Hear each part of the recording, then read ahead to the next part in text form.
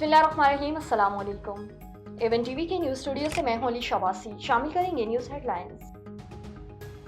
रावलपिंडी में तशद्दुद का निशाना बनने वाली घरेलू मुलाजमा दौरान इलाज दम तोड़ गई। 12 साल की इकरा को मालकान ने डंडू पाइप से तशद्दुद का निशाना बनाया। सर की हड्डियां बुरी तरह से तोड़ दी गई थी। पुलिस ने घर के मालिक और अहलिया को गिरफ्तार कर रखा है। बेटी का वालिद कहता है कि इकरा को फोन करता तो बेटी से बात नहीं होती थी। मेरी बेटी के साथ जुल्म हुआ, मुझे वो बताती भी नहीं थी। हमें इंसाफ दिया जाए। कराची के इलाके कुरंगी में ट्रक जलाने का वाकया। आफाक अहमद समेत 15 से ज्यादा अफराद के खिलाफ मुकदमा दर्ज कर लिया गया। आग आफाक अहमद के हुक्म पर लगाई गई। मुकदमे का मितन जारी कर दिया गया।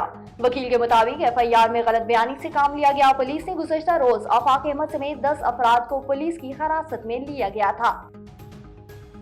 सुप्रीम कोर्ट के 2 जजेस के खिलाफ रेफरेंस बनाया जा सकता है। 2 जजेस सुप्रीम कोर्ट का काम चलने नहीं दे रहे। 2 जजेस हर मामले में इख्तिलाफ या बाइकआउट करते हैं। जिसे खत लिखते हैं उससे बाद में और मीडिया को पहले मिल जाता है। राना सनाउल्लाह का निजी टीवी को इंटरव्यू। कहा, इदारे को बदनाम करने के प्रोपोगेंडे को मिस कैंडिडेट से जोड़ा जा रहा है।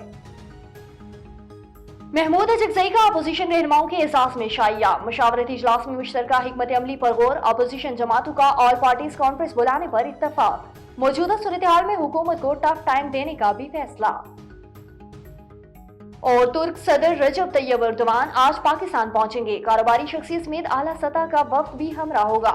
स्ट्रेटेजिक कोऑपरेशन काउंसिल के इजलास में शिरकत करेंगे।